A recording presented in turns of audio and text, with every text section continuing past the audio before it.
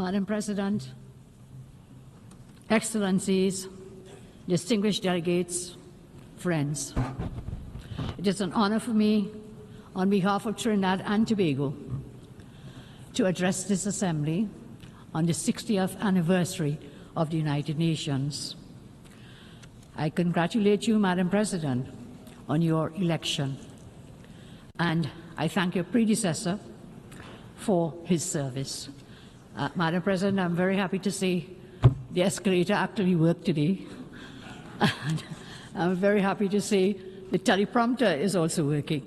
So as I address you, thank you all very, very much. So I've had some blessings coming to the UN today. The UN has been much more than diplomacy. It is a lifeline to many countries, bringing education to classrooms, care to clinics, recovery to villages, and growth to fragile economies. On this milestone anniversary, we must face a very hard truth. The spirit of multilateralism is under strain, the effects of which has begun to undermine the foundations of stability and peace. Trinidad and Tobago confronts conflicts that seriously threaten our stability and peace.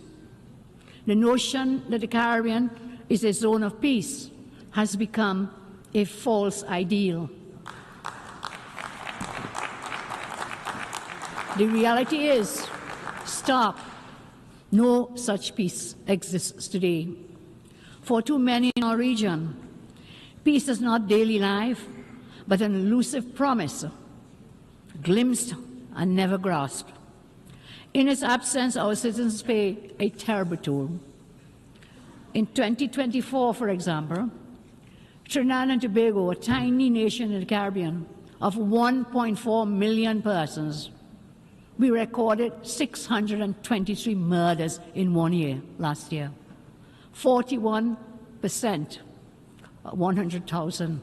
That's about 40%, and many of them are gang-related.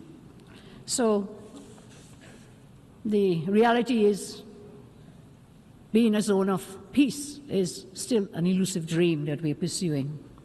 In the last 25 years, we have had over 10,000 murders, which is equivalent to losing 1% of our adult population. Across Latin America and the Caribbean, homicides range from 20 to more than 60 per 100,000. President Trump's comments on the effects on countries of relentless narco and human trafficking, about organized crime, illegal immigration, are correct. Countries are not only defined by geographical borders, but also by cultural identities, religious beliefs, ethnic compositions, and, of course, legal structures. That is why, through legal immigration, persons are allowed entry because they fulfill the criteria to integrate into the existing population and to add value to their own lives as well as their adopted society at large. However, illegal immigration neglects all checks and balances and will only create long-term disorder, as most illegal immigrants will not be able to assimilate into their adopted societies. That inevitably leads to greater poverty, crime, and cultural antagonism. This, then, is not phobia. It is not hyperbole. It is simply the stark, naked truth. Small countries like mine, Trinidad and Tobago, suffers from illegal immigration because of the recent increased protections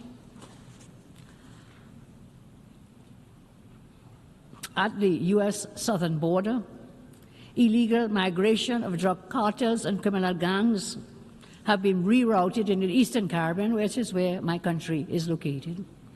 It is driving increasing gang violence, drug arms, and human trafficking. Efforts to repatriate illegal immigrants from Trinidad and Tobago from recent times has proven very difficult. Criminal syndicates are abusing asylum requests for refugee status.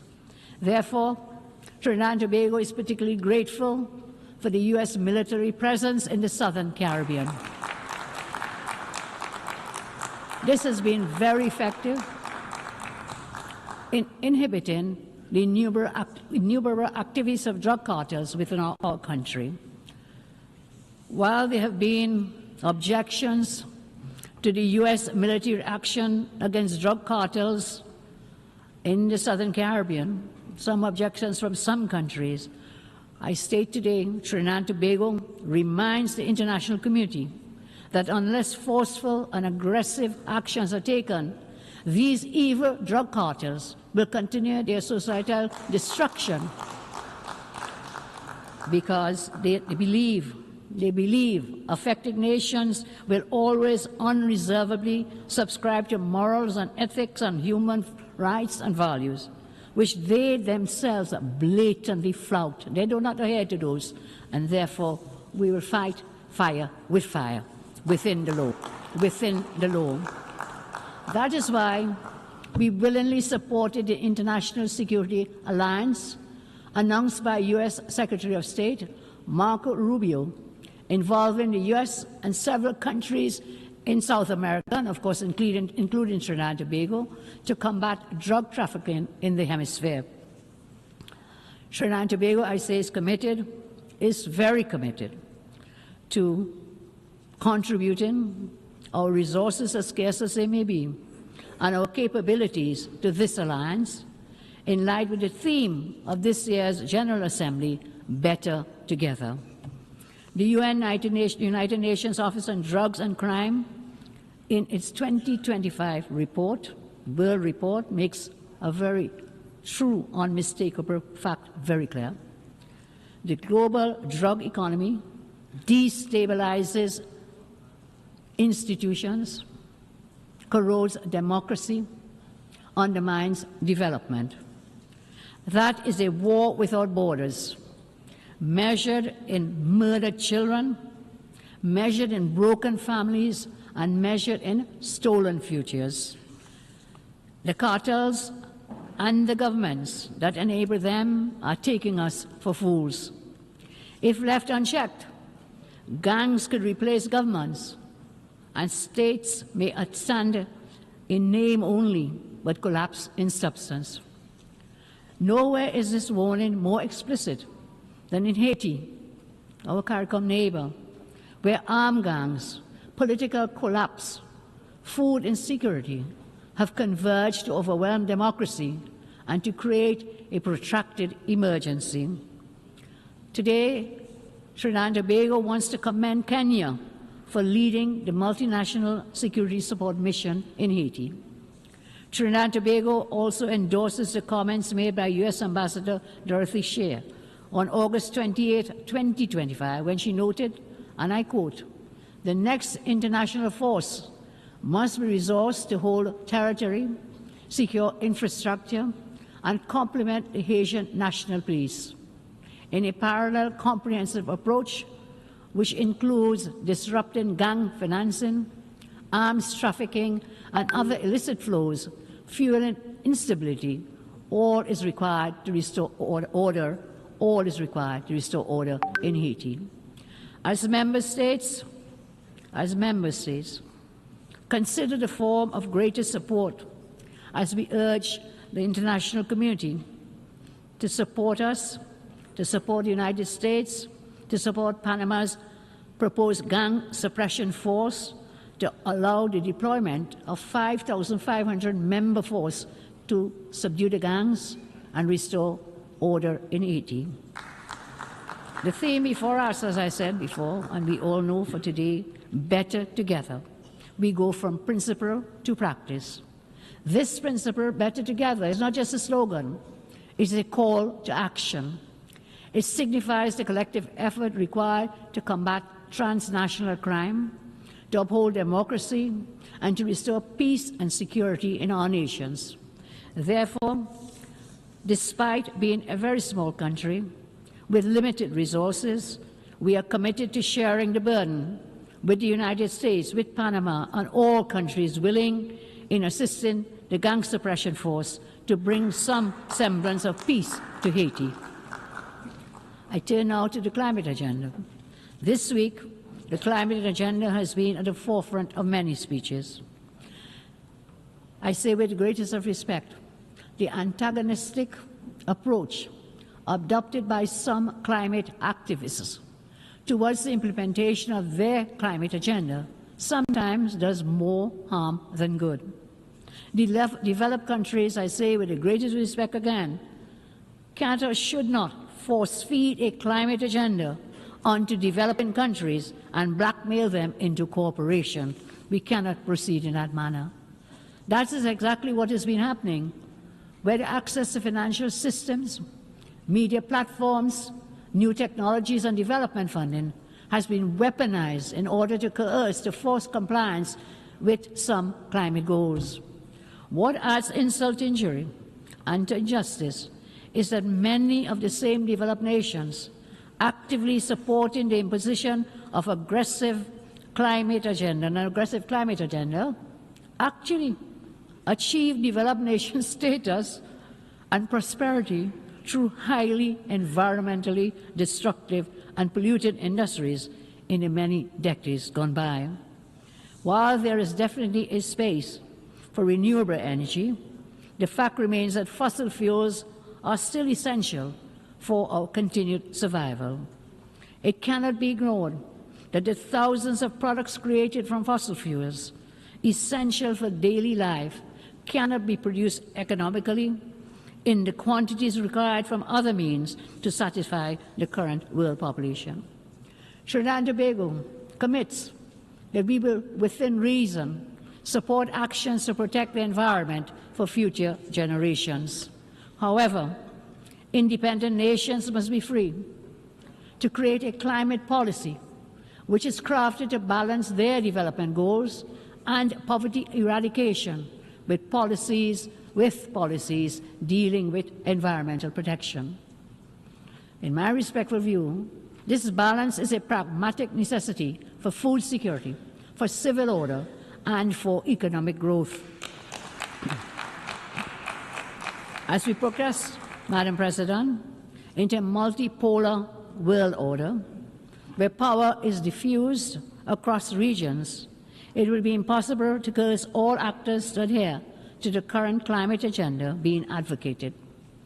Trinidad and Tobago will not adopt unbalanced and unreasonable imposed climate practices that will simply lead to the exploitation of our jobs, lowering our standard of living, and stunting our economic development, punishing our people into poverty, while many larger countries completely ignore their responsibilities.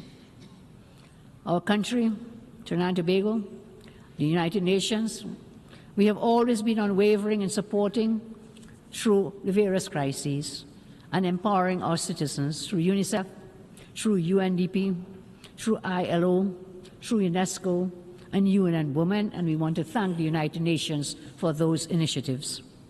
In return, we have sought to repay that trust by advancing the proposal for the International Criminal Court in 1989, by introducing Resolution 6569 on women and disarmament, and we also signed up very early the Non-Proliferation Arms Control in 2010, and we signed the Arms Trade Treaty early in 2013. In my own country, regarding that the children are our future, knowing full well that their survival, their resilience, and their sustainability will continue our nations forward, as in all nations. And so we created a Children's Authority. We created a Children's Life Fund. We expanded early childhood education. We ensured trailblazing adherence to the MDGs, especially when it comes to education, proving that even the smallest nations can align domestic products with global ambition.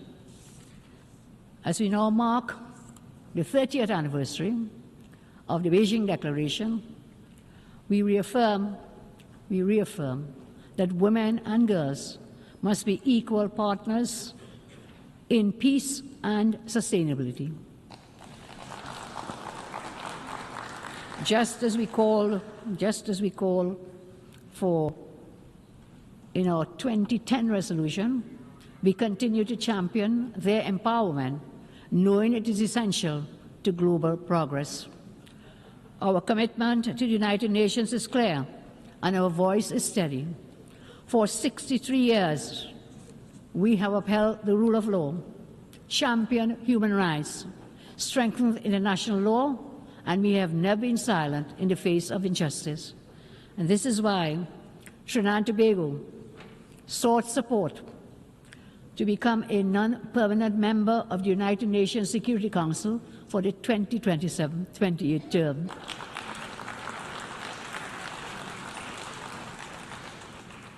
We are happy that there was a non-objection to that, and we willingly take on the mantle on that United Nations Security Council for the coming year.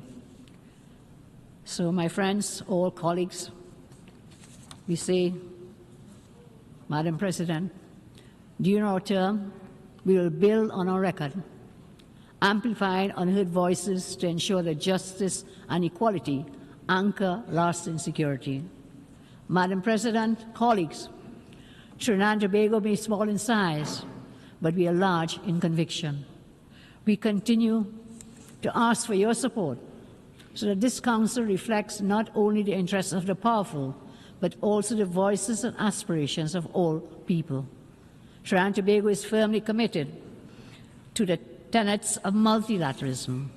I want to take a moment to especially thank Saudi Arabia, the United Arab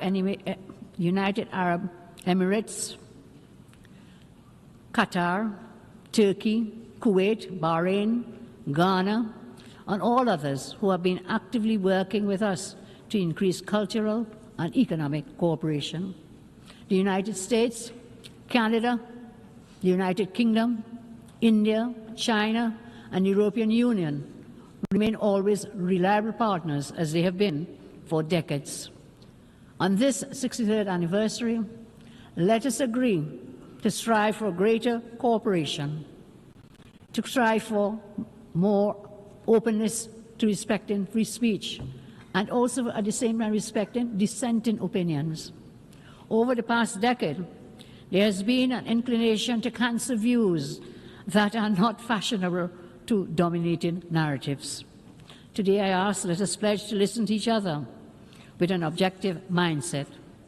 Peace and progress can only be fulfilled through honest, sometimes uncomfortable decisions, and this is the place for that. This honest communication is even more important, as I said, in a multipolar world order, where military and economic power is now disseminated across the globe. Madam President, Trinidad and Tobago commits to the work of this body, not for conquest, not for power, but the sake of all humanity. I thank you very much, Madam President. En nombre de la Asamblea. On behalf of the Assembly, I thank the Prime Minister of the Republic of Trinidad and Tobago